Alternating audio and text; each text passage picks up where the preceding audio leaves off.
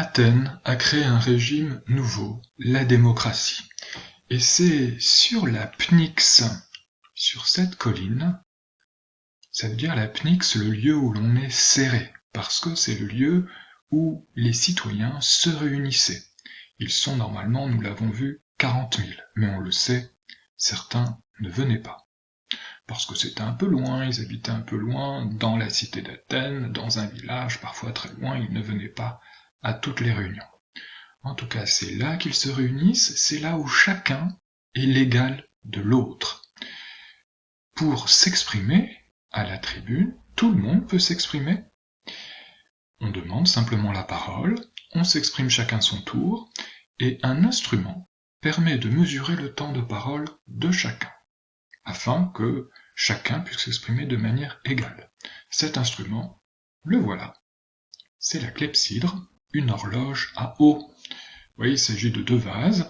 Dans le premier, il y a de l'eau. Ce premier vase est percé, il est surélevé par rapport au deuxième, et l'eau s'écoule, ce qui permet de mesurer le temps de parole. Il y a d'autres manières aujourd'hui de mesurer le temps de parole, comme le sablier ou tout simplement un chronomètre. Au cours de cette assemblée, on décide de la loi, on décide de la guerre, on décide de la paix, on choisit par tirage au sort ou par vote ceux qui vont prendre des décisions pour un an, mais on prend aussi dans cette assemblée d'autres décisions. On peut condamner un citoyen qui s'est mal comporté, qui est un mauvais stratège, ou dont on pense qu'il est un mauvais stratège, ou qui est un mauvais juge, ou dont on pense qu'il est un mauvais juge. Et il y a une procédure très dure, hein, c'est la pire des punitions à Athènes. La pire des punitions, c'est pas la mort, la pire des punitions, c'est condamner un citoyen. Alors comment on fait? Chacun peut écrire sur un morceau de poterie cassé, parce qu'il y a des poteries que l'on casse, donc on récupère ces morceaux. Là on voit que quelqu'un a écrit le nom d'une personne, c'est du grec, hein. Donc là la personne qui est écrite c'est Thémistocle, fils de Néocloès, voilà. Thémistocle était un stratège, celui de la bataille de Salamine, dont on a déjà parlé, et il a été condamné à quoi? Beaucoup de citoyens ont écrit son nom sur un morceau de poterie qu'on appelle une ostracone, et il a été condamné à l'ostracisme. L'ostracisme, ça veut dire qu'il est banni de la cité pendant 10 ans. Il n'a plus le droit de vivre dans la cité, il doit partir. C'est une catastrophe. Parce que 10 ans, c'est très long. À l'époque, l'espérance de vie n'est pas très longue, donc quand on est condamné à être banni, ça veut dire souvent qu'on ne va jamais revenir. On va mourir ailleurs. On va mourir loin de sa famille, loin de ses dieux, des dieux qui vous protègent, d'Athéna. Donc c'est la pire des punitions. Voilà.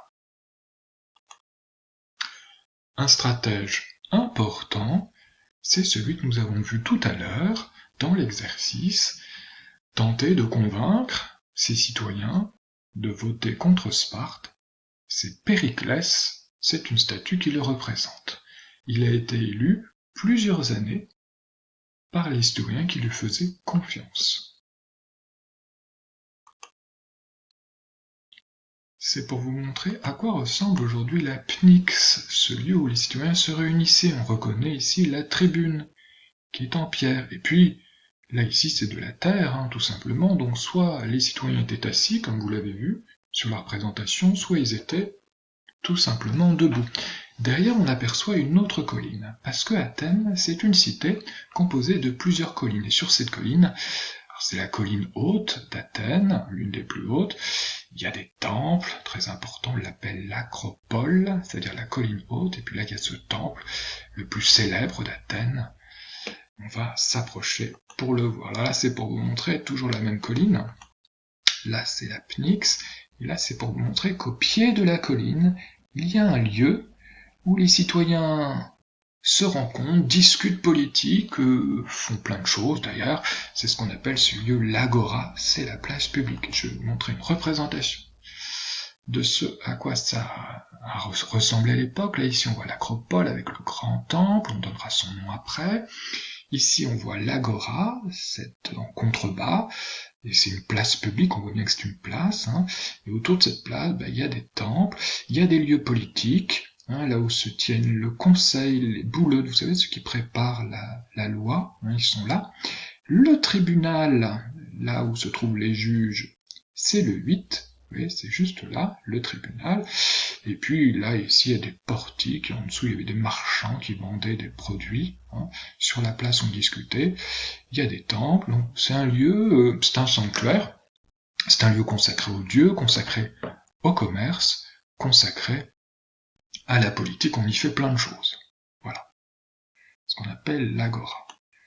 Alors, si on va sur l'acropole, cette colline, le grand temple, ici, le plus grand, le plus beau, le plus célèbre, c'est le Parthénon, c'est en l'honneur d'Athéna, Parthénos, c'est Athéna la Vierge, ça veut dire qu'Athéna, elle n'a jamais eu de mari, parce qu'elle est fidèle à son père, et son père ne veut pas qu'elle ait de mari, pour des raisons un peu compliquées, c'est-à-dire que si elle avait un mari, elle aurait peut-être des enfants, et si elle avait des enfants, ses enfants pourraient renverser Zeus, le père d'Athéna.